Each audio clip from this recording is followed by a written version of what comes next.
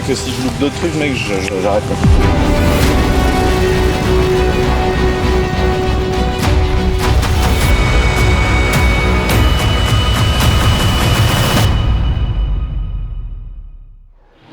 Bonjour à tous les amis, j'espère que vous allez bien. Aujourd'hui, petite vidéo rigolote les amis. On est à l'aérodrome du Seigneur, on va pas sortir mon avion. Il est là, il est sous sa petite bâche, il est tout beau, il est tout propre. Il sort de sa petite révision d'ailleurs, je vous en parlerai peut-être. On a changé, on a mis une ligne d'échappement. Pour de vrai, on a vraiment mis une ligne d'échappement. Là, on attend Rico, pilote, pour ceux qui connaissent sur Instagram, qui est un pilote d'aviation d'affaires, avec des avions un peu spécifiques, on va en parler juste après. On va l'attendre. En plus, on sait que normalement, il y a deux Mirage 2000 qui arrivent aussi, qui vont passer au-dessus de l'aérodrome.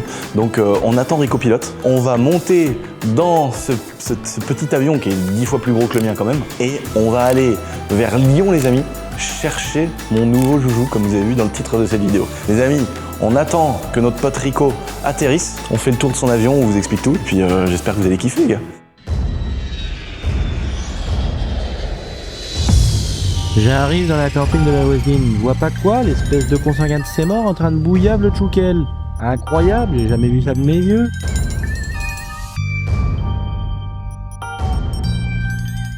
Oh!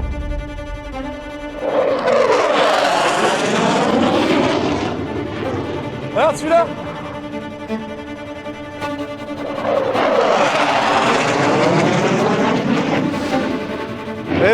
Et là, le TBM. L'autre, il est en train de se poser, il y a deux Mirage 2000 qui passent à 1 milliard dans lui. Oh, c'est des bourrins les militaires, qu'est-ce que je les kiffe. Regardez-moi ça. Oh la classe. C'est la version grand frère de mon XL8. Incroyable. Les gars, je suis jamais monté là-dedans. Oh le bruit que ça fait, le souffle de l'hélice. Incroyable. C'est vraiment comme une turbine d'hélicoptère en fait. C'est une turbine qui est reliée mécaniquement directement à l'hélice. Alors que les avions de chasse, c'est un réacteur qui fait que de la poussée quoi. Il n'y a pas de lien mécanique. Oh le plus beau. Comment ça va? Ça va et toi? Tranquille. Bon les amis, on est avec Rico, comment ça va? Ça va et toi? Bah écoute, merci. Ah, franchement, je suis trop content. T'es arrivé avec deux beaux Mirage 2000 qui t'ont coupé la route. Ouais. Coquin 1 et Coquin 2. Ah, ils sont polis, par contre, ils préviennent. Ah ouais, il m'avait prévenu, pas de problème, il m'avait en visuel et c'était sympa quoi. Bon bah écoute, aujourd'hui, donc on va aller chercher mon nouvel hélicoptère en TBM quoi. Donc un engin dans lequel je suis jamais monté de ma vie. Bah, tu vas voir, je suis sûr que tu vas kiffer à fond, tu vas te mettre à droite et puis je vais t'expliquer un peu comment ça fonctionne. Tu vas peut-être pouvoir même piloter, on va voir. Génial. Et là, tu viens de m'expliquer un truc déjà qui m'a mis sur les fesses, c'est que les TBM, ils ont tous la même carlingue. Exactement. Et moi, je croyais dans tes vidéos avoir vu des beaucoup plus longs. Non, parce que comme je te disais, les beaucoup plus longs, c'est les Pilatus PC12. Donc on y rentre 10 personnes, il y a des toilettes, etc. Donc c'est un tube qui est beaucoup plus gros, okay. Il est un peu plus long, mais envers du décor, beaucoup moins rapide. Ah ouais, d'accord. Okay. Ça croise à 330 nœuds. Oh, d'accord. Le PC12, 270 nœuds. Donc il y a une grosse différence, mais c'est normal, c'est beaucoup plus gros. À 330 nœuds 330 nœuds en niveau, pressurisé, bah tu vas voir. Incroyable. Ah ouais, 330 nœuds, c'est énorme. Parce que ces avions ont un plafond au niveau 310, donc 31 000 pieds. D'accord. En fait, je l'ai confondu avec le Pilatus parce qu'il y a les deux moustaches devant là. Exactement. Mais ça, c'est la même turbine que sur les Pilatus. Donc, c'est des turbines Pratt & Whitney. Et il faut savoir que la turbine, elle est là et elle fait 130 kg. Donc, rien du tout. Donc, c'est pour ça que, si tu veux, qu'ils ont rallongé le nez pour que le centre de gravité reste où il faut pour que l'avion vole correctement. C'est vraiment comme un hélico, quoi. C'est une turbine qui est reliée mécaniquement à l'hélice. Avec un réducteur. Une hélice à pas variable. Exactement. Incroyable. Et donc quand tu atterris là, on entend une sorte de changement de régime, c'est que tu changes le pas de ton hélice pour freiner. Tout à fait. Parce qu'il y a une reverse. Donc d'abord la bêta, où la bêta, l'hélice elle devient, c'est comme un disque. Ouais. Et ensuite tu peux reculer si tu as envie. Ah oui, donc là l'hélice elle se met vraiment comme ça. Exactement. Donc elle a plus de, il y a plus d'incidence quoi. Et après tu peux faire dans l'autre sens. Voilà, pour reculer. Là si j'avais voulu reculer, à Villefranche il n'y a pas trop de place, peut-être qu'on sera obligé de reculer. Bon allez, je vais fermer les capots. On vous montrera peut-être plus de détails, mais on veut quand même aller voir l'hélico les gars. Donc on va voler, y aller. Alors pourquoi j'ai ouvert les capots? Parce qu'une turbine, ça se démarre, la température de la turbine c'est en dessous de 150 degrés. Et sinon il faut faire un motoring, c'est-à-dire qu'il faut ventiler sans injecter du carburant. Sinon on va péter les 1000 degrés. Et donc ça, c'est pas bon du tout pour la turbine. Donc c'est pour ça que j'ai ouvert les capots pour que ça ventile. Il y a un peu de vent, c'est toujours ça de prix. D'accord. Et donc là, les bords d'attaque, ils se gonflent ou c'est juste des résistances? Non. Ça, ils se gonflent, tu vois. Il y a il y a des rainures là, et ça, chaque fois, ça fait un petit boudin. D'accord, c'est pour péter la glace en l'air et que qu'il n'y ait pas une traînée trop importante. Ensuite, la dérive. Ah ouais, tout est... Ah bah oui. Souvent, on prend davantage à l'arrière que là. Et la première indication qu'on est en train de prendre de la glace, c'est dans le coin du pare-brise ici. Ah ouais. Et donc pour la mise en route et au sol et en vol, pour pas prendre d'oiseaux dans la turbine ou de la glace, etc., il y a ce qu'on appelle un séparateur inertiel. Donc c'est une plaque qui vient et qui s'ouvre et qui va dévier pour pas qu'il y ait une extinction de turbine. Dès que j'ai démarré, je vais mettre ce qu'on appelle l'inertial séparateur et jusqu'à 10 000 pieds pour protéger des oiseaux, etc. On gardera cet inertial séparateur. Donc elle aspire beaucoup moins. Exactement, donc on perd de la puissance. On perd de la puissance et la turbine, elle va être un peu plus chaude. Et à 10 000 pieds, je vais l'enlever et là, ça va lui donner entre 25 et 30% de chevaux en plus. Excellent. Bah écoute, trop pressé, on y va. Allez, c'est parti. Hein. T'as mis un Starlink sur ta moto. Oui, on a le Allez, c'est parti. Pas d'arrivée actif. La puissance, elle est 7. Le vario est positif. Le train. Donc là, t'as rentré les trains là. Le train et les volets, ouais. Les volets ici et les trains Ouais, là. voilà.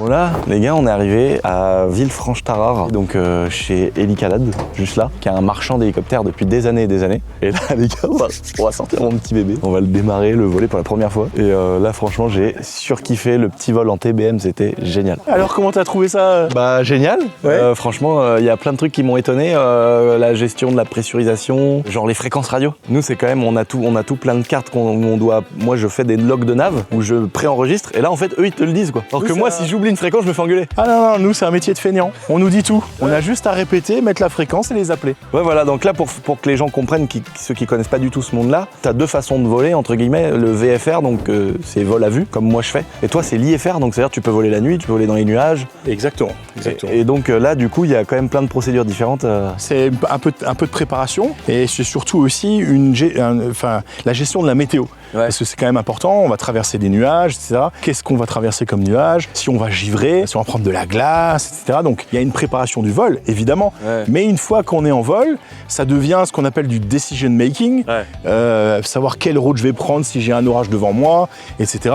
Mais après ça, tu as bien vu à l'intérieur, c'est on écoute de la musique. C'est génial.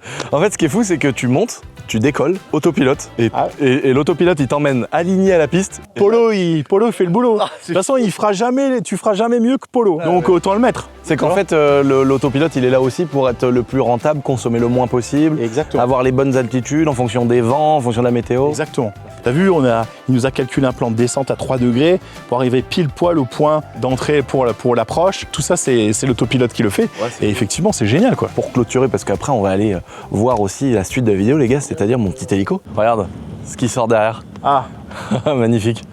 Ah, trop cool. Bon les gars, on va maintenant aller voir l'hélico, vous donner les petites spécificités de la bébête, vous expliquer un peu comment ça fonctionne, etc. Et puis on fait le retour maintenant en hélico.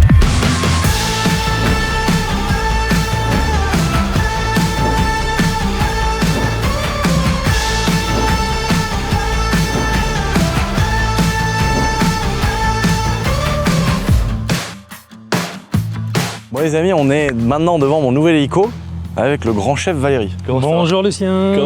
Ça va et toi? Là les amis, il faut que je vous présente Valérie. La personne que vous voyez ici, c'est mon prof d'hélico. C'est lui qui m'a tout appris. C'est lui qui a pris le temps avec la bonne humeur, toujours souriant, toujours en ayant envie d'aider, de transmettre son savoir. C'est quelqu'un qui a des milliers d'heures d'hélicoptère et il est aussi prof et instructeur et aussi entrepreneur. C'est vraiment quelqu'un qui a beaucoup de cordes à son arc. En tout cas, je suis vraiment content et je le remercie tout particulièrement car sans lui, ma licence n'aurait pas été la même. Alors t'es déjà apparu plusieurs fois sur ma chaîne chaîne YouTube. Eh oui, j'ai eu cette chance de faire quelques apparitions lors de vidéos. Ouais, la vidéo du concours des 10 voitures de mémoire. C'était même pas de ton hélico, c'était un noir. C'était le GXSR, effectivement. Donc là, regardez, on a Rico qui est juste là, les amis. Il nous a pas quitté encore, il est en train de faire le plein. Ça va durer comme ça à peu près 3-4 heures. Le plein du TBM, du magnifique TBM. Et donc, on est arrivé, donc, comme je le disais tout à l'heure, à Villefranche pour récupérer ce magnifique hélico. Exactement. Un Clipper 2. Un Robinson R44. Et donc, moi, j'ai la chance de faire mes heures qu'on a pratiquement fini à 98%. Exact. Donc, je réexpliquerai peut-être dans une future vidéo comment ça fonctionne, le permis, etc. La licence de pilote privé voilà. hélico. Et Valérie qui m'a fait passer donc toutes mes heures, on les a fait ensemble. Et voilà, j'ai réussi à surmonter ça déjà. C'est incroyable. Et moi, j'ai survécu à Lucien. Je savais pas si j'ai survécu aux heures ou à toi. Non, mais en tout cas, j'ai adoré passer autant d'heures pour apprendre avec tout ce qu'on a fait, toutes les pannes, toutes les navigations, c'était vraiment génial. Au début, j'étais vraiment perdu. Les 3 premières heures en hélico, c'est très bizarre. On n'est pas à l'aise. Pourtant, moi, je conduis plein de trucs, mais vraiment, comparé à l'avion où l'avion t'accélère, tu pars, ça décolle. Là, l'hélico, au début, je me suis dit, wow. J'ai vraiment les 2-3 premières heures, je me suis senti foutu, quoi. Ouais.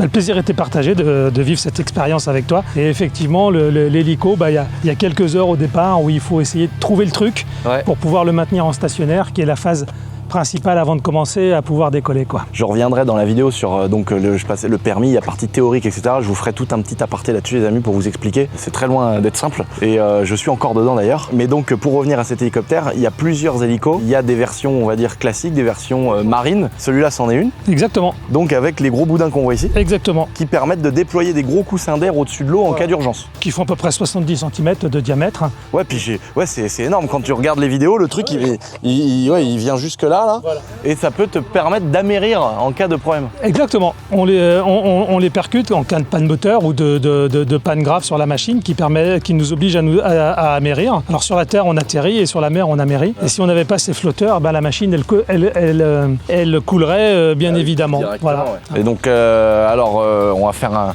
un petit tour. En gros, c'est des hélicoptères, c'est très répandu, R44. C'est la machine la plus vendue au monde, presque, dans sa catégorie en tout cas. Ici, on est sur le modèle 44 pour 4 places, 2 places à l'arrière, 2 places à l'avant. On a le petit frère, le R22 qui a 2 places, et le grand frère, le R66, qui n'a pas 6 places mais 5 places, et une turbine. Et la grande différence aussi par rapport à la machine qu'on a l'habitude de voler ensemble, qu'on appelle un Raven 1, celui-ci c'est un Clipper 2. Alors déjà, entre le Raven et le Clipper, ce qui fait la différence, c'est les flottabilités de secours. Il y en a une de chaque côté, bien évidemment. Et puis surtout, c'est la motorisation également, parce que même si on reste sur une cylindrée et une puissance de 250-260 chevaux à peu près équivalente, on a ici une carburation à injection et non pas à carburateur comme on l'a sur le Raven 1, quoi. En gros, c'est une petite évolution pour que ça consomme moins, gagner un tout petit peu de puissance. Ça libère le pilote de gérer ce qu'on appelle la réchauffe-carburation, parce que sur un Raven 1, effectivement, à partir du moment où on vole, on doit réchauffer le mélange air-carburant qui rentre dans le moteur. Et ça, ceux qui font de l'hélico, ils le savent parce que c'est vraiment c'est impressionnant à quel point on doit toujours y toucher, quoi. Exactement, parce pour que éviter sinon, de givrer. Ça peut venir bloquer les papillons et l'admission et le carburateur et du coup faire caler le moteur ou avoir des problèmes. Et là, sur un hélico. Et alors, celui-ci, donc en plus d'avoir ces petits, la flottabilité, il a les bubble doors. C'est tout le temps avec un clipper. D'accord. Parce que si tu dois amérir, il faut que tu puisses regarder en sortant un peu ta tête de la fenêtre pour voir si ça se gonfle bien. Et puis, dernière petite spécificité qu'il a comparé à un hélicoptère classique, c'est qu'il a l'option clim. Exactement. Alors ça, c'est option VIP++ dans l'hélico. Bah ouais, c'est super, parce que c'est vrai qu'on a rarement chaud en hélico quand on vole, parce qu'en fait, la température, vous savez, elle diminue avec l'altitude. Mais le fait de l'avoir à clim pour les procédures de démarrage et d'extinction, c'est quand même la classe, quoi. Bon, bah voilà. Ce qu'on va faire, les amis, une fois qu'on arrivera, on fera peut-être une présentation un peu plus poussée, du bruit du démarrage, etc. Vu que là, on a des heures à respecter, des météos, etc., des vents, on va tout de suite rentrer chez nous. Parce que là, on est quand même à Lyon. On doit s'arrêter sur la route parce qu'on est 4 à bord. Plus 2-3 sacs, c'est pas trop ce qui fait la différence. Et on n'a pas assez d'essence. Donc on va devoir faire un arrêt parce qu'on peut pas mettre. C'est toute une histoire de devis de masse et centrage. Si t'es 4 dans l'hélicoptère et qu'il fait chaud, et tu vas adapter le poids possible maximum dans l'hélicoptère. Et la part variable, c'est le carburant. Ou un passager. Alors soit on laisse Nat ici. Mais bon, Lucien c'est important pour lui de la ramener. Donc, Ah mais j'ai l'impression que pour moi. on a choisi la part variable, le carburant. Donc on part pas avec tout à fait le plein déjà, parce que là on pourrait même pas. mais on part, on va dire, avec 85% du plein. Donc on va s'arrêter en cours de route, remettre le plein, et on va rentrer. Et ensuite, je prendrai le temps, les amis, de vous détailler l'intérieur, de vous montrer à quoi sert toutes les commandes, etc. Là, on va déjà démarrer ce magnifique hélicoptère, et puis go. Franche-Tarin, on est au point d'attente de Sierra Pénétrant Saline pour un décollage 36. Ok, donc tous les voyants sont éteints, les paramètres sont dans le vert, je tire 25. Voilà, et on prend notre cap. Regarde, il y a un cœur là-bas. Ils ont fait un chant avec excellent. un cœur, incroyable. Ils ont fait ça pour les aviateurs.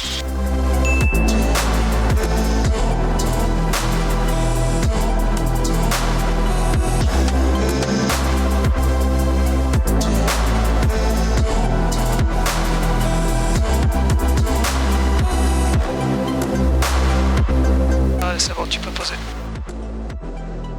Bon bah voilà, 1h30 de vol, trop content. Bon, on va faire un réglage de balourd. En fait, c'est les petits tabs qui sont là-haut. Il y a peut-être une petite dissymétrie de réglage sur les pales. Il y a une toute petite vibration. Après, celui de mon prof, il est très bien réglé. Donc il y a vraiment pas de vibration. Donc là, là, on met le plein. On est reparti encore à 85% du plein, on va dire. Donc là, les gars, en fait, quand on arrive sur un aéroport comme ça ou un aérodrome, bon là, il est incroyable, il est magnifique. Il n'y a pas un chat. La piste, elle est large, elle est longue. Je rêverais de pouvoir faire une piste d'accélération ici. Donc Montluçon, si jamais c'est possible, de louer la piste pour faire des accélérations de voitures et des vidéos, ce serait génial. C'est vraiment des magnifiques installations propres, entretenues, c'est fou. Et en fait, quand tu arrives dans un endroit comme ici, tu viens à la station, tu as une carte, alors c'est une carte spécifique. Soit tu peux t'arranger avec les gens d'ici si t'as pas, sinon il faut avoir la carte totale. Et tu peux payer comme une station essence classique, tu mets ton plein. Et puis après, tu as les taxes d'atterrissage. Donc là, je vais à la tour de contrôle payer peut-être 4 € ou 6 €, tu vois, c'est jamais très cher parce que tu as une taxe d'atterrissage et de décollage.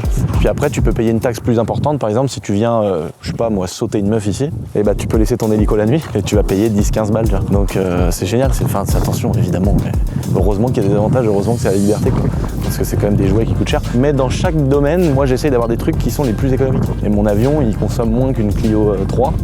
Tu vois, il est vraiment ultra rentable, ça nous coûte en moyenne pratiquement 8 fois moins cher, on avait calculé.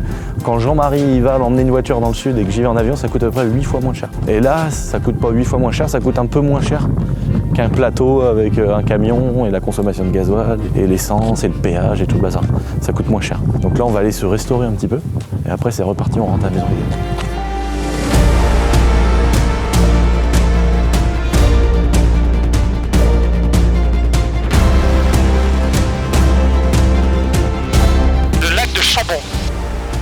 Ça a l'air bien sympa. Bah, nous voilà chez nous. Voilà. Bravo Lucien.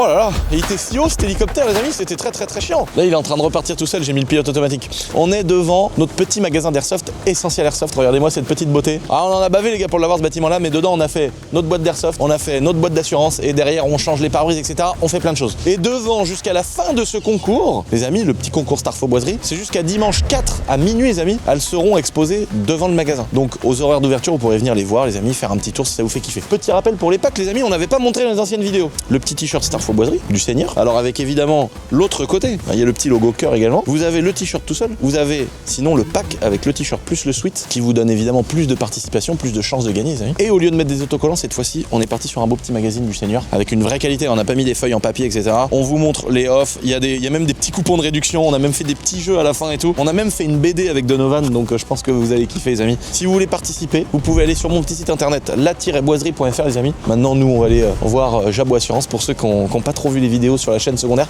On avait expliqué, c'était trop cool de montrer l'achat du bâtiment, on avait tout documenté, les travaux, comment on allait aménager l'intérieur. Moi j'étais avec mon rouleau de scotch en train de faire les cloisons à l'intérieur pour me projeter avec les mètres carrés tout ça. Bah aujourd'hui c'est la version finale et ça tourne bien et sur la chaîne secondaire on va vraiment commencer à faire des vidéos avec les bilans comptables et tout le bazar pour expliquer comment ça fonctionne, est-ce qu'on gagne de l'argent, si oui combien, notre beau petit bâtiment de toutes nos petites boîtes les gars. Oh le bébé, le R40. Oh non, j'avais pas vu les deux petits phares à l'avant.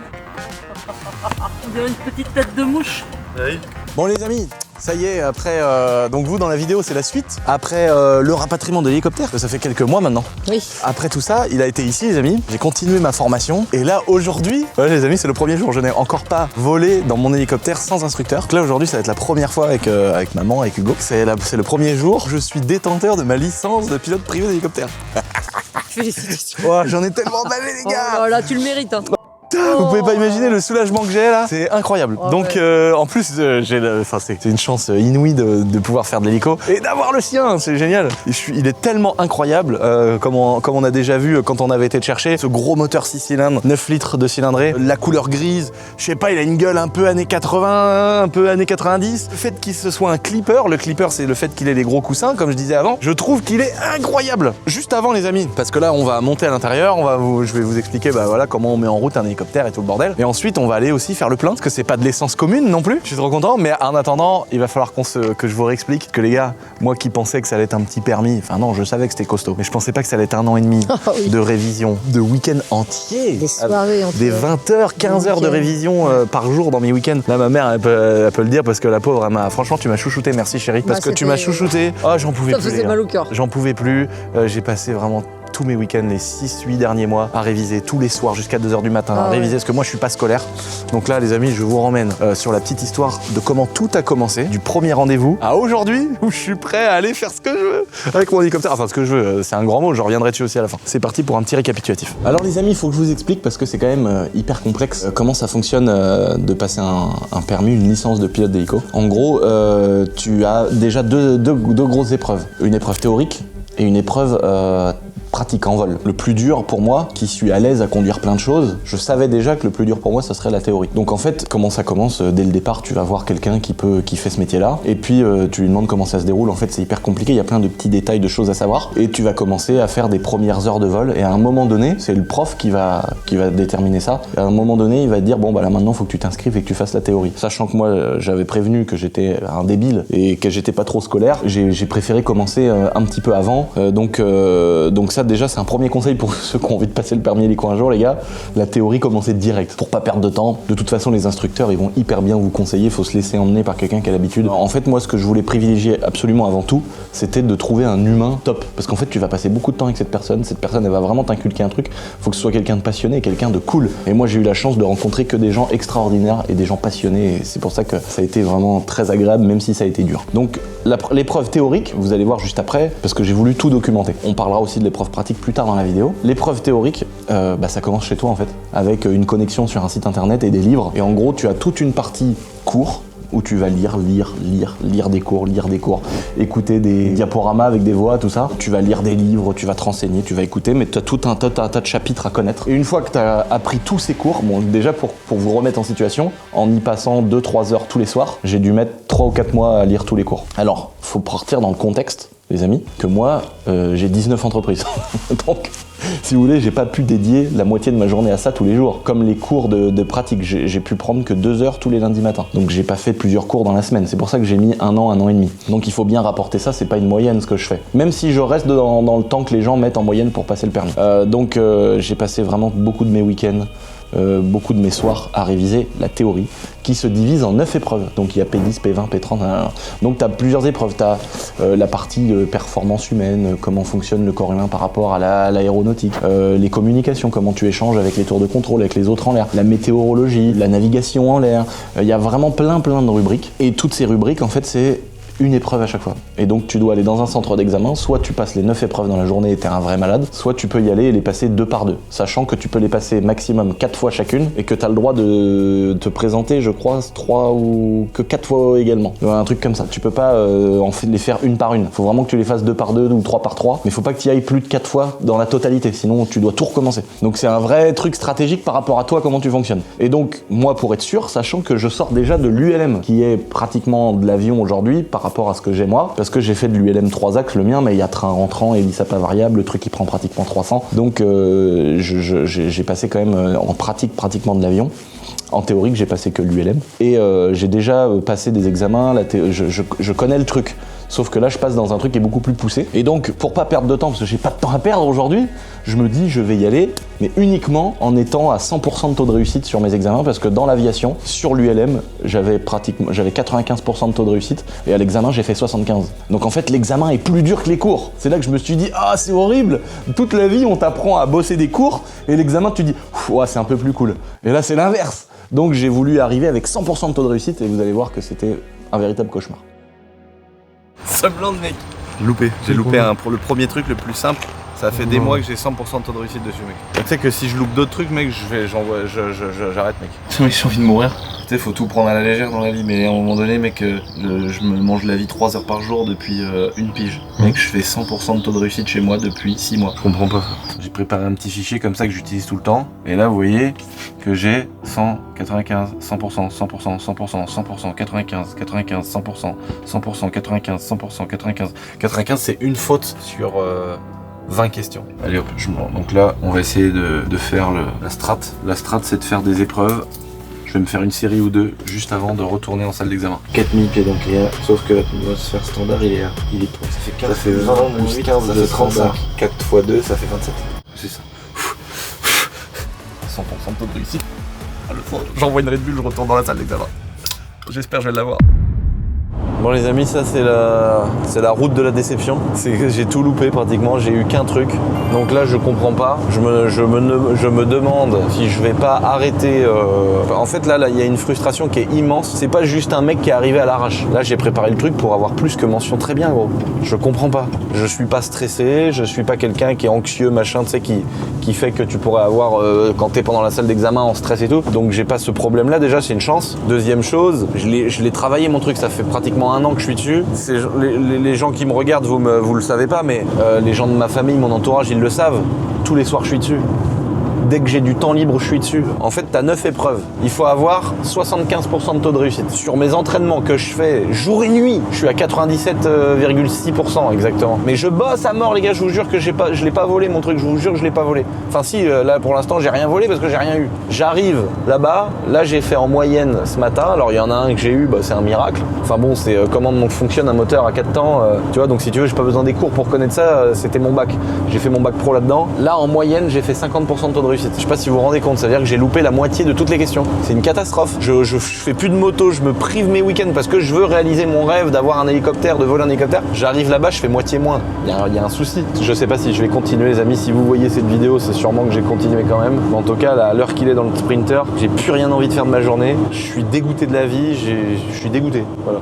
On se retrouve pour la suite des événements les amis, voir si je finis au bout d'une corde ou en train de piloter un hélicoptère. Là les amis, ce qu'il faut que vous compreniez, c'est que j'ai révisé pendant pratiquement 1 an des cours et là j'ai fait 50% de résultats. En fait, je vais pas rentrer dans le sujet qui est un vrai sujet compliqué, mais là où tu fais tes révisions, tu as une connexion, un site, etc. Les questions, les QCM ne sont pas totalement en raccord avec l'examen, voire pas du tout. Donc il y a vraiment plein de choses où tu te dis mais c'est pas possible, ça je l'ai pas vu, qu'est-ce que c'est que ces questions-là, etc. À partir de ce moment-là où j'ai vu que c'était un peu une catastrophe de réviser sur les plateformes, on va dire, officielles, j'ai pris la décision de m'inscrire sur d'autres plateformes différentes. Et sur toutes ces plateformes, j'ai révisé, et effectivement, je me suis récupéré 65-70% de taux de réussite. Et donc j'ai attendu pour remonter à 90, 95, 100%. Et c'est une fois à ce moment-là que j'ai dit ça y est, je me sens prêt, je retourne au centre d'examen. Donc là, retour au centre d'examen, les amis, où normalement, depuis le temps, 1 an et demi de révision et de cours, ça va bien se passer. Bon, il a le sourire. Il a le sourire, le coquin. Parce que la première épreuve est validée. Les 2 premiers frères, je les ai eus. Ah, je t'ai vu avec le sourire, je me suis dit, ça a l'air pas mal. Ah, c'est dans... Attends, tout peut chier. Bah, évidemment, mais bon, c'est déjà 2 de validés, c'est bien, c'est une bonne chose. T'as passé quoi? Performance de vol et préparation du vol, c'est un peu galère. Et après, j'ai passé procédure opérationnelle, il est simple. T'as passé le P70? 70, 5 et 30. Allez, entraîne-toi. Ah ouais, je m'entraîne énormément. Les météorologies, tu le laisses pour la fin? Et navigation? Ah, je le laisse pour la fin, comme ça j'ai le seum qu'à la fin, frère, si j'en loupe pas. Je le connais quand il marche comme ça. C'est que ça s'est pas trop mal passé. Ah bah il court carrément. Ah, il sourit. Oh putain! 2 de plus? J'ai tout réussi. Ah, je savais, j'ai vu le temps que t'as passé là-dedans, j'ai dit il a passé les 4. Ah non, il m'en reste 2, Ah! Putain, il m'en palmarès de sa mère, mais j'ai réussi tous les deux que j'ai passés, j'ai réussi. 4 sur 6, c'est très beau. Là, je suis déjà, si je loupe les deux suivantes, je me suicide pas. P10, réglementation, série. Je suis, mec, T'es tombé sur une série de bâtards. tombé sur une série de bâtards. P80, c'est hardcore. P80, je me suis dit, mec, j'ai fait le calcul, j'étais comme ça, j'ai le droit à 4 fautes. Je l'ai raté. J'étais là. T'es Et trop de joker. il y a vraiment des trucs où j'ai répondu du mieux que je pouvais sans être sûr. Mais mec, C'est chaud. c'est grave, frère. C'est hardcore de nous faire ça, mec. Lucien est de retour. J'ai pas fait les deux, j'ai fait que météo là. Et je l'ai eu. Bon, déjà, t'as fait un 5 sur 6. 5 sur 6. Navigation. C'est le pire que je passe là à 13h30. 5 sur Putain, 6. déjà j'ai la météo. La météo, tu sais que c'est le pire truc pour tous les aviateurs de la Terre, frère. Déjà, c'est soulageant de te dire qu'au pire, tu repars, tu bûches que Un truc. un chapitre. Ah ouais, déjà, ouais, le soulagement. J'ai loupé. Non. C'est vrai? Ah merde, frère. T'as loupé? Ouais, je suis dégoûté. Combien pour cent? Une faute. On va refaire, on dit jamais 203 vidéos. Ouais, c'est vrai. Donc troisième vidéo qu'on fera ici. Bon les potes, dernier week-end normalement pour réussir. Donc il me reste une épreuve, c'est la navigation. C'est un des trucs les plus compliqués. Là je suis à, on va dire 90-95 taux de réussite sur ce dernier module. Donc là on est dimanche, j'ai repassé encore un week-end entier, plus tous les soirs de la semaine, plus les week-ends d'avant. Mais là c'est mon dernier week-end. Ça fait quand même 1 an et demi que je suis dessus. Donc on se retrouve les amis sur le parking. Encore une fois, j'ai l'impression que je passe ma vie là-bas, sur le parking du centre d'examen, pour voir si ça s'est bien passé les amis. C'est parti. Je suis un homme heureux et libéré, vous voyez ici on est à Rennes, donc c'est là le centre d'examen. Il y a mon avion qui est là, je suis trop content parce qu'elle réussit le truc. Comment je suis soulagé les amis, 1 an et demi. Donc là le fait d'être libéré de ça, ça me rend ouf quoi.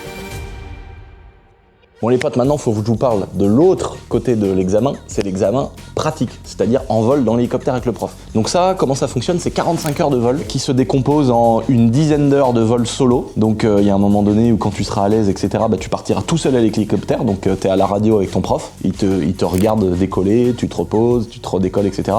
Et c'est lui qui va te dire vas-y pars, et puis il va te faire un parcours, ou alors te laisser un petit peu en autonomie et aller te poser à droite à gauche dans d'autres aéroports. Et c'est comme ça que tu vas faire 10 heures à peu près solo. Tu vas aussi faire donc plein d'heures en double commande, donc c'est pour ça que ça se décompose en 45 heures. Et donc pendant ces 45 heures, bah, tu vas voir tout un tas de choses. Déjà les premières heures, ça va être s'habituer avec les commandes de la machine, tenir un stationnaire. Alors, en général c'est plutôt 15 heures pour tenir un stationnaire, donc j'étais assez content d'y arriver au bout de 4-5 heures. Moi la première fois que je suis monté en hélicoptère, au bout d'1 heure ou 2, je faisais des trucs chelous, des trucs qui partaient dans tous les sens et tout. Je me suis dit je suis un goliot, je suis pas fait pour ça, j'y arrive pas. Alors là mon prof il m'a dit mec t'as fait que 2 heures, c'est normal que tu y arrives pas. Mais je voyais des réactions. En fait les gars vous pouvez pas vous rendre compte à quel point un hélicoptère c'est ultra sensible. C'est-à-dire qu'à 1 mm sur les commandes, le truc qui part. Pourtant moi je suis vraiment à l'aise sur tout, je conduis plein de trucs compliqués et j'ai toujours été assez à l'aise avec l'équilibre. J'ai fait beaucoup de trial, beaucoup de motos, donc je me suis dit bon bah je vais y arriver quoi. Et là au bout de 2 heures je me suis dit wow c'est chaud. Et après il y a eu des déclics. Au bout de 4 heures j'étais plus à l'aise. Par contre quand pour poser l'hélicoptère j'avais beaucoup de mal, tu vois, je rebondissais, je le posais un peu de travers, il tournait, et au bout de 5 heures je tenais un beau stationnaire à peu près, et donc j'étais content d'y arriver en 5 heures. Et puis après bon bah une fois que t'as fait ça, tu fais des cours, t'intégrer autour dans un aérodrome, d'un aéroport, mais ça j'étais habitué avec l'avion, donc j'ai eu pas mal de choses comme ça. Par exemple communiquer avec les tours de contrôle ou avec les autres avions en l'air, ça fait déjà 2-3 ans que je fais ça avec mon avion, donc y a pas des grosses différences, il y en a mais pas énorme. Ensuite tu vas faire donc plein de choses qui sont relatives à l'hélico, mais t'as aussi des freins quand tu viens de l'avion, parce que par exemple la gestion des palionniers des pieds, tu peux pas les utiliser dans les mêmes conditions qu'en hélicoptère, etc. Donc il y a plein de petites choses où c'est des réflexes d'avion que t'as qui vont te brider des fois pour l'hélico. Et après tu apprends à te voler, t'intégrer, les pannes, comment interagir avec l'hélico en l'air et tout. Alors ça fait bizarre de pouvoir s'arrêter en l'air et de faire une marche arrière, alors qu'en avion c'est contre... Enfin tu vois, c'est contre nature. C'est contre nature. Hein. Et puis après t'apprends toutes les pannes. Qu'est-ce qui se passe si t'as un feu moteur? Qu'est-ce qui se passe si tu perds le rotor de queue? Donc tout ça c'est comment tu vas atterrir. Est-ce que tu poses en glissant avec les pattes? Est-ce que tu poses... Et voilà, il y a tout un tas de choses à savoir. D'ailleurs, le premier truc, les amis, tous les gens qui regardent ces vidéos, les 3/4 des gens ils se disent oh là là, mais un hélicoptère, un avion, si tu perds le moteur, ça plane. Un hélicoptère, ça tombe comme une pierre. Et bah c'est faux, les amis. Un hélicoptère, en fait, si vous voulez, le moteur va lancer les pales qui tournent à peu près à 400 tours minute. Une fois que vos pales tournent, les amis, qui sont entraînées par le moteur en l'air, ça crée une portance. T'as un disque, on appelle ça le disque rotor, qui crée la portance de l'hélicoptère. C'est lui qui permet de tenir en l'air. Et en fait, ce rotor-là, si tu alignes bien la vitesse et le pas dans l'air, même sans le moteur, tu peux continuer à faire tourner le disque rotor. Donc ça veut dire que ton hélicoptère peut entre guillemets planer, moins bien qu'un avion, mais il peut planer si tu n'as plus de moteur. On appelle ça la mise en autorotation. Ça veut dire qu'en gros, tu vas changer ton pas, donc l'inclinaison des pales dans l'air, donc en gros le pas de vis qui va se visser dans l'air, tu vas le changer et prendre de la vitesse pour que tu puisses continuer de par ta vitesse à faire tourner avec l'air les pales de l'hélicoptère. Tu vas pouvoir arriver, te poser en glissant. Donc on vous met une image en même temps les amis. Donc en gros l'hélicoptère il arrive, tu viens le faire freiner en cabrant un peu et à la fin tu poses en faisant glisser les patins. Et ça c'est une autorotation. Et donc effectivement tu vas plus vite, un peu plus vite qu'un avion. Mais le problème d'un avion les amis c'est que quand t'as plus de moteur et qu'il faut se poser, t'as intérêt d'avoir un aérodrome ou une autoroute ou un énorme champ. Faut faire gaffe aux lignes haute tension etc. Alors qu'avec un hélico, tu vas arriver plus vite au sol, même si tu freines à la fin et que c'est comme ça peut être doux, hein, mais tu vas vraiment pouvoir te poser dans un rayon beaucoup plus petit qu'un avion. Donc moi, en n'ayant que 2 heures par semaine de dispo, j'ai mis à peu près 1 an et demi pour faire toutes mes heures. Et puis entre-temps, faire toutes mes qualifications théoriques. Et puis après, il y a aussi des visites médicales à faire, il y a aussi tout un tas de choses à faire. Et c'est ça qui nous emmène à un moment donné où je me suis dit, je vais corréler un peu tous ces cours vers l'achat de l'hélico. Donc j'ai coordonné ça pour qu'on arrive à ce moment, les amis, où on peut aller faire un vol ensemble. Alors là, vous avez vu les amis, ça a été toute une étape de fou. Beaucoup de révisions, beaucoup de prises de tête. Mais moi, j'ai la chance de jamais abandonner quand je fais quelque chose. Sauf des trucs vraiment, tu vois bien, je sais pas comment te dire. Genre mon manoir, là, tu vois, ça a été un vrai coup dur. Le manoir qu'on a refait, ça a été un vrai coup dur parce que moi, quand je me lance dans quelque chose, je vais au bout, quitte à m'épuiser, quitte à, tu vois, c'est... Et là, l'hélico, il y a vraiment énormément de gens en fait qui abandonnent parce que c'est très compliqué sur la théorie, c'est très cher aussi. Et donc là, je suis trop content d'en être arrivé à aujourd'hui où on va aller faire notre premier vol. Oh là là, je suis trop content. Là, il y a plein de choses à savoir. Quand tu fais de l'hélicoptère, il y a ce qu'on appelle un devis de masse et centrage que tu dois faire juste avant de partir. D'ailleurs, il y a aussi une visite pré-vol. Sur l'avion, on avait fait une vidéo où on avait expliqué qu'on faisait le tour, je regardais les éléments, etc., si tout allait bien. Et donc, tu vérifies que tout va bien sur ton avion. Sur l'hélicoptère, c'est pareil, mais c'est un poil plus poussé. Donc, tu ouvres toutes les petites trappes que tu vois par ici. Et donc là, tu viens contrôler. Tu contrôles ton niveau d'huile, tu contrôles les fixations de support de la batterie. Parce qu'en fait, tout qui est un truc où on se dit sur un TDS, du moment qu'elle démarre. Là, c'est plus la même chose. Parce que la petite goupille de support de batterie, si ça va pas, si la batterie elle commence à balloter et que tu perds la batterie, bon, quand t'as plus de batterie sur un hélicoptère, t'as à peu près 20 minutes pour te poser. Mais si la batterie elle se balance, qu'elle fout en travers une courroie, un truc, ça peut être dramatique. Donc là, tu vérifies que ton filtre à huile est bien serré, tu vérifies qu'il n'y ait pas de rilsans qu'on sauté, de support, de machin. Là, tu vérifies qu'il n'y ait pas de fissure sur l'échappement, sur le moteur, qu'il n'y ait pas de fuite d'huile particulière, que tout soit en ordre. Donc j'ai évidemment fait ça avant qu'on fasse la vidéo. Elle est bonne la batterie. La batterie elle est neuve, la batterie Seigneur d'amour, c'est une 24 volts, elle vaut 2 fois plus cher. Faut vérifier, faut monter en fait, tu peux ouvrir d'autres trappes, monter là-haut, voir les joints en élastomère, les butées de pales, l'état des pales générales. Faut vérifier que les coussins, parce que ça, tout ce système de flottaison en fait, vous voyez, il y a des gros tuyaux qui sont cachés ici. Moi j'ai une petite manette à l'intérieur, je l'appuie et ça gonfle des gros boudins énormes. Et donc faut vérifier que ce système-là est toujours actif. Faut vérifier la fixation du pot d'échappement, de la grosse roue qui est derrière, si mes antennes elles vont bien, si ça y va. Pareil, là faut vérifier le débattement, les petites vis, tu vois. C'est ça que je dirige avec mes pieds. Si tu le mets bien parfaitement droit comme ça, tu vois, il va plus ou moins se visser. C'est ça qui va faire varier l'arrière de l'hélicoptère dans l'air en fait. C'est comme les pales, hein. Les pales, elles tournent toujours à la même vitesse. Le rotor principal d'un hélicoptère, ça tourne toujours à peu près à 400 tours minute. Donc à partir du moment où il est mis en route et que les pales tournent, elles tourneront jamais plus vite. La seule chose qui fait qu'ils décollent, c'est l'inclinaison des pales. En fait, tu vas donner du pas à tes pales et elles vont se visser dans l'air comme un boulon avec un plus ou grand pas. Tu prends un boulon mécanique, souvent c'est un petit filetage. Tu prends par exemple une vis à bois, le filet il est beaucoup plus écarté. C'est comme si tes pales d'hélicoptère étaient beaucoup plus ouvertes. C'est la même chose.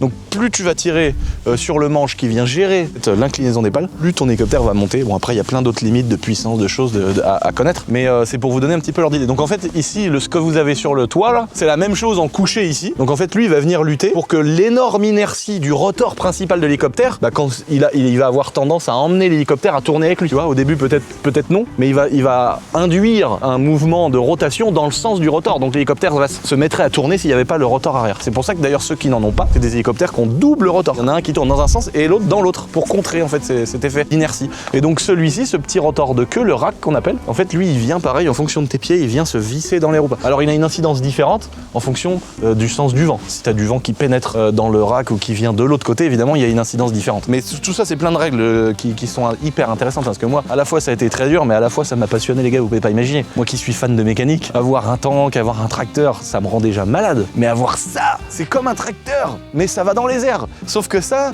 c'est un R44 Clipper. Je sais pas, il a une gueule, il est en ferraille, il a un espèce de moteur de Porsche mais de 9 litres de cylindrée. C'est absolument incroyable. Donc ici t'as plein d'autres trappes. Et là, hop là, Nat elle a pas vu encore. Tout ça, Tout ça, toutes ces petites trappes, elles ont toutes une fonction et tu dois toutes les vérifier avant chaque vol. Donc là, là pareil, tu vois, c'est la commande qui va des pieds jusqu'au rack. Donc là, il faut vérifier que les petits boulons qui sont ici sont pas desserrés. Il faut vérifier qu'il n'y ait pas de jeu. Il faut vérifier que tes courroies soient pas trop tendues. Ça fonctionne comme un motoculteur ou comme une grosse tondeuse autoportée. C'est-à-dire quand tu démarres ton moteur, ça fait tourner un énorme galet. Et tu vois là, les courroies elles sont tellement pas tendues que le galet tourne dans les courroies. Et en fait, tout doucement, tu vas mettre le clutch, donc l'embrayage. Et en fait, lui, il va venir pousser un galet qui va tendre les courroies, exactement comme quand tu embrayes manuellement le plateau de coupe de ta tondeuse. Tu embrayes doucement et là, ça fait tourner les hélices en dessous pour tourner la pelouse. Là, c'est la même chose. Il y a un petit système électrique là-dedans. Là. Ça va tendre les courroies. Tout doucement, ton rotor, il va prendre. Et en fait, ça fait embrayage avec les courroies qui glissent sur les grosses poulies. C'est incroyable.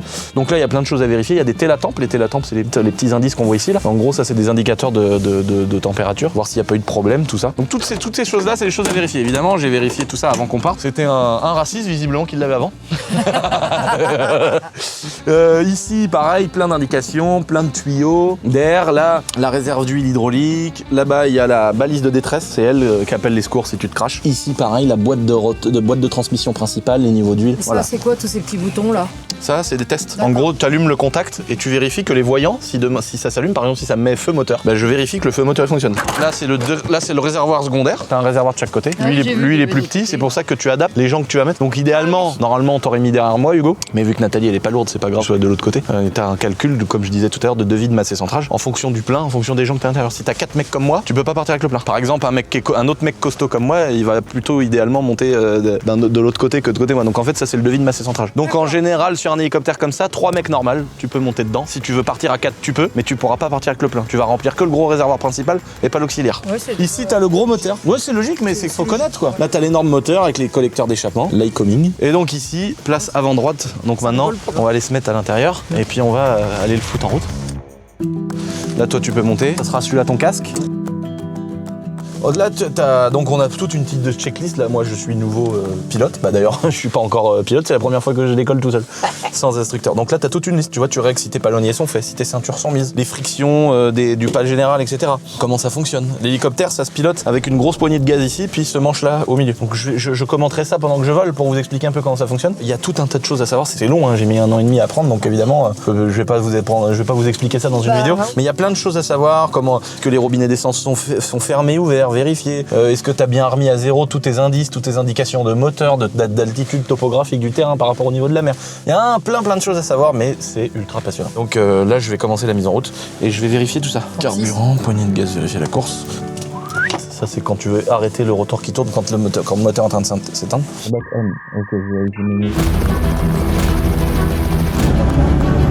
Ça représente quoi en chevaux? Ça fait 250 chevaux. 250 chevaux. Mais c'est comme un tracteur. Un tracteur qui fait 250 chevaux, c'est énorme. Oui. Là, ça tourne toujours au même nombre de tours minutes.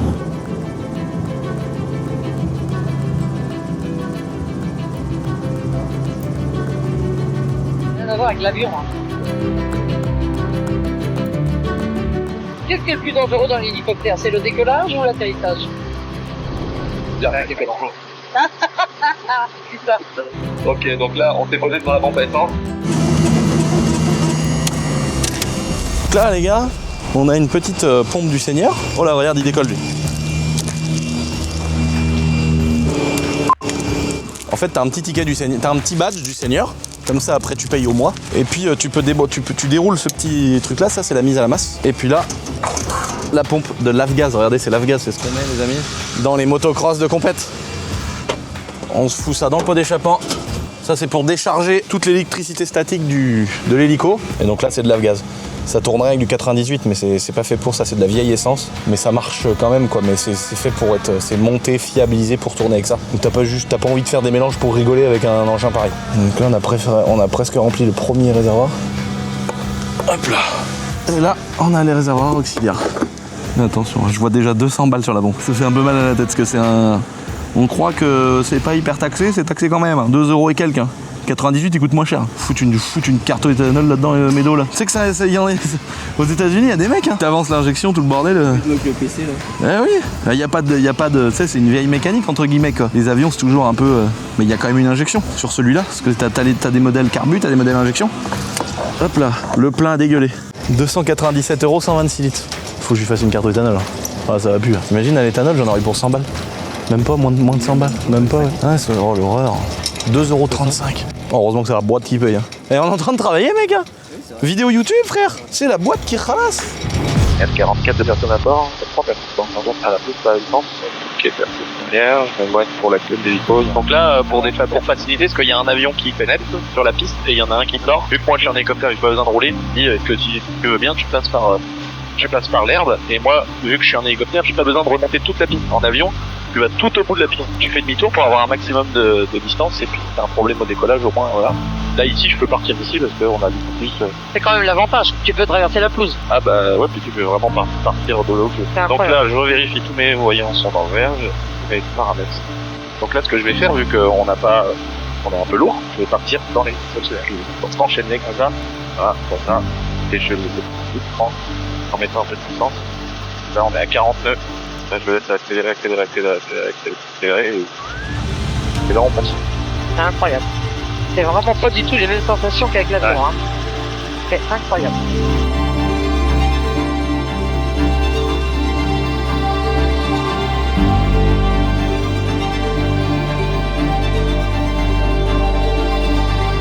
Donc là, les gars, vous avez vu un hélicoptère comment ça se pilote, le manque.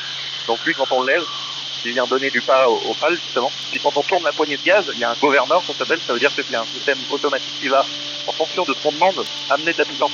Mais on peut aussi l'enlever et le faire manuellement. Et puis ici, le cycling, c'est vraiment comme un joystick sur une... Tu vois, t'as vu l'hélico, regarde comme je fais ça, il bouge, si je fais ça, il bouge. Arrête. Tu vois, c'est très réactif. Arrête, c'est pas simple. Ah, c'est ça? Eh oui. Oh non! On va voir si les gars, ils travaillent.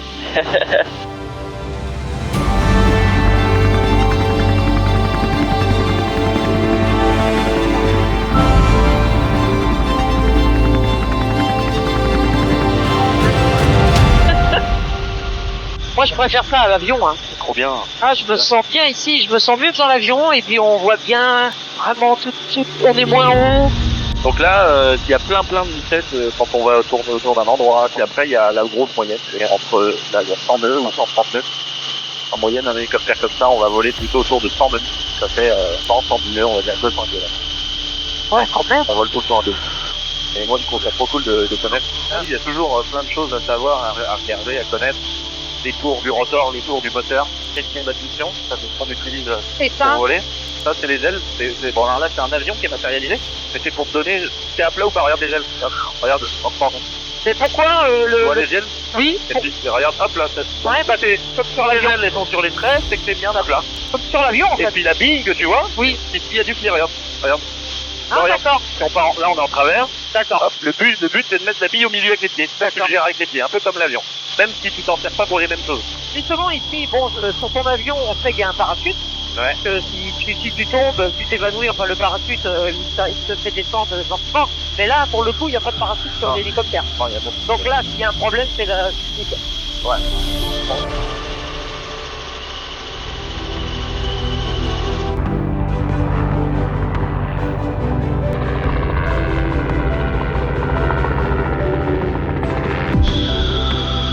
Donc là, petit vol les amis, on a fait un petit tour, c'est mon premier vol sans instructeur et après tu as plusieurs phases dans l'apprentissage. Tu as aussi des phases de vol solo, tu es obligé de voler que tout seul, mais l'instructeur doit signer un papier avant, tu dois savoir où tu vas, etc. Donc là, maintenant que j'ai 20 ans, c'est vraiment, on est complètement libre de partir avec 4 personnes. Même si j'aimais bien faire des cours avec mon prof, ça prend 4 fois parce que c'est la chance vraiment d'avoir rencontré des gens extraordinaires. Bah oui. Que ce soit Robert l'examinateur, qui est vraiment des gens qui sont passionnés par ça. J'aime ça, et ça fait trop plaisir. Ça fait vraiment plaisir qu'on n'est plus habitué aujourd'hui à avoir des gens qui sont sympas, qui sont aidants, qui ont envie de pédagogue et tout. Et puis Valérie, mon prof, une personne incroyable, avec qui j'ai passé 45 heures. C'était plus un moment de plaisir que d'apprentissage, ça change tout. Malgré que c'est quelqu'un qui soit militaire dans la formation, d'ailleurs, il ne faut pas déroger à 1 cm, à 1 mm de la règle.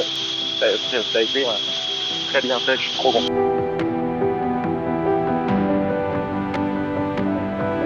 De reconnaître le terrain. Donc après, il y a une attitude à avoir. C'est que ceux qui font de l'avion ou de l'hélico, ils ont une hauteur à respecter entre le moment où tu fais ton tour de piste pour aller te poser. Et ceux qui arrivent comme moi, on doit être 1500 pieds au-dessus pour avoir une bonne distance de différenciation entre les gens qui sont autour de la piste et ceux qui arrivent. Donc j'arrive à la bonne hauteur, je vais passer au-dessus. Magnifique toute la ville là. Ouais. Ouais.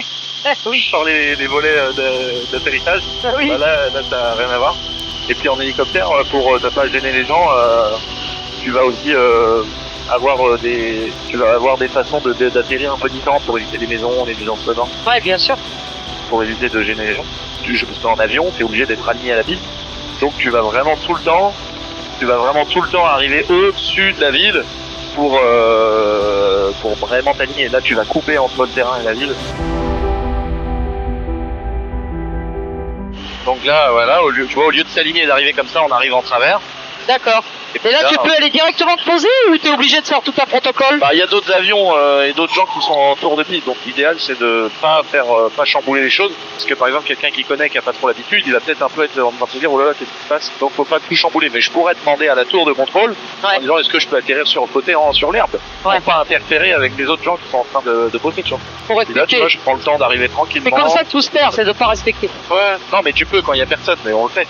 Quand il y a personne qui t'appelle, tu dis est-ce que je peux faire, je peux arriver directement poser là-bas. Ouais, tu vois. Quand tu fais un plein comme ça, que t'as fait un plein de tes deux réservoirs là, t'as une autonomie de combien? À peu près 3 heures. 3 heures. Donc tu peux voler pendant 3 heures. Plutôt 2h30 parce que tu prends toujours une réserve. Oui. D'accord, mais 2h30 déjà, tu peux faire une belle balade, hein. Ah bah oui, surtout que tu l'as vu. Donc là, à partir du moment que tu es rentré dans cette branche là, ça, c'est le taxi, tu peux aller directement à ton emplacement. Ouais, s'il y a personne. S'il y a personne, quand tu connais bien comme moi ici, mais moi je prends toujours. Tu redoubles toujours de vigilance. Donc là, regardez à droite, une gazelle les gars. Regardez-moi cette dinguerie, un hélicoptère militaire de fou qui est vraiment magnifique. Et qui nous attend. Et qui nous attend les amis pour aller faire la suite. Voilà, je vais ranger le mien tranquillement. Et on va pouvoir aller essayer un hélicoptère à turbine. Et je suis trop content parce que franchement, c'est vraiment trop cool de faire essayer des engins pareils. On entame une nouvelle procédure, la procédure d'arrêt. Donc là, il faut qu'on fasse refroidir le moteur. Voilà, il y a tout un truc. On laisse tourner le rotor, on fait redescendre la température moteur. Là, je sais que c'est 1 minute 30. Et après, je vais désengager le clutch. Ça veut dire que ça va désengager, ça va détendre les courroies qui sont sur les poulies reliées entre le moteur et donc le rotor principal. Et je attends encore 30 secondes que ça se libère bien. Et ensuite, je peux couper le moteur et traiter mon rotor. Et là, tu vois, ça y est, c'est 1 minute 30. Là, je réduis la puissance à fond. Là, c'est la puissance de tes pales. Bah là, je réduis les gaz. Et là, tac, je déclutch. Ça, c'est les pales qui... Donc là, 30 secondes. Et à 30 secondes, j'éteins le moteur.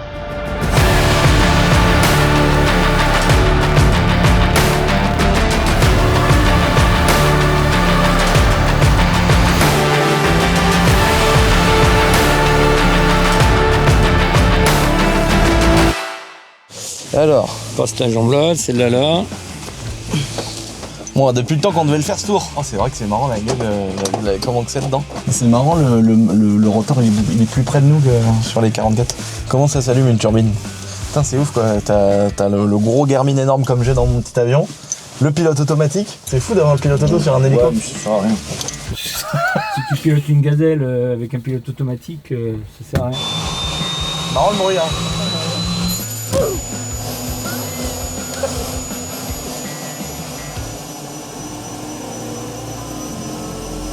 Là les amis, on n'a pas eu le temps de brancher les micros, on est vraiment parti faire un tour. Donc déjà je remercie vraiment Philippe qui est donc un ami de l'aérodrome qui prend toujours le temps pour les passionnés de faire un tour avec sa gazelle militaire. La gazelle militaire c'est un hélicoptère de malade mental avec une grosse turbine et qui prend des vitesses de malade environ 300 km/h. Et donc c'était trop cool de pouvoir l'essayer parce que c'est quelque chose qui est beaucoup plus réactif, beaucoup plus puissant, beaucoup plus lourd. Ça fait environ 800 chevaux et donc ça n'a rien à voir avec mon hélicoptère. C'était trop sympa de prendre le temps de nous emmener faire un tour et de pouvoir me laisser prendre les commandes.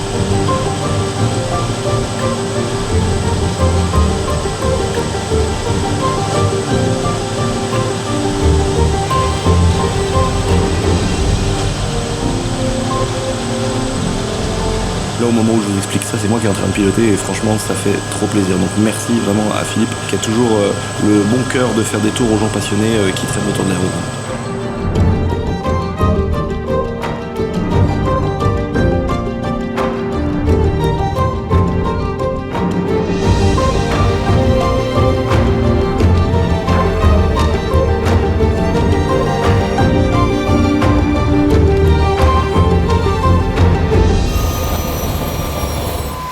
après t'as plus qu'à couper le jus et c'est bon.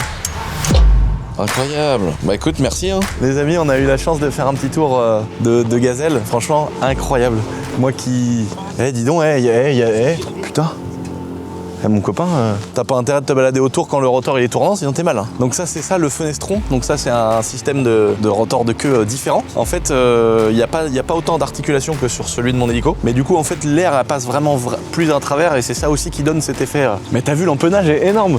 La profondeur de... Le premier virage, je me suis tenu comme ça. Incroyable. Ouais. Par contre, ça boit 2,7 litres à la minute. Combien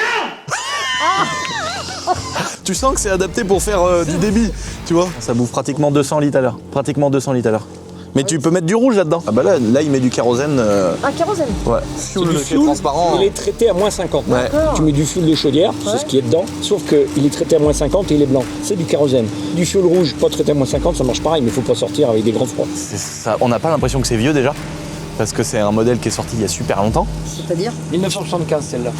La première gazelle, c'est les premiers hélicoptères avec fenestron, sortis dans les années 66.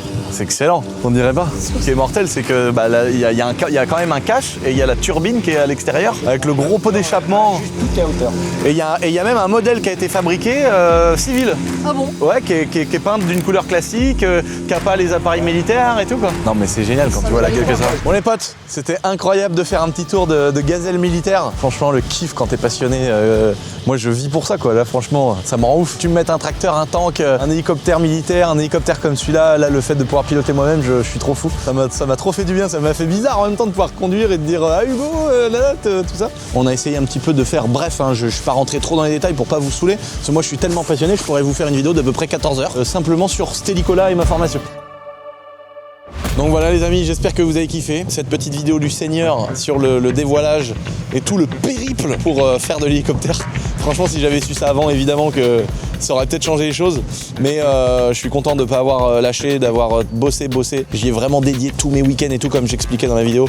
Donc je suis content que ça prenne fin et que ça y est, enfin j'ai ma licence définitive. Donc les gars et les amis et les potes et les filles, abonnez-vous à cette petite chaîne YouTube. On est bientôt les 2 millions d'abonnés. Mettez la petite cloche de notification et un petit commentaire pour ceux qui ont envie de gagner un petit tour avec mon hélico. Allez, salut les amis, parce qu'à chaque fois que je dis une blague, maintenant on peut plus dire, on peut plus rien dire. De toute façon, je vais pas citer les gros mots, je vais encore me faire démonétiser. Mais genre, on peut même, le caca, ça va vraiment, c'était une blague au début, mais ça va vraiment devenir interdit de le dire.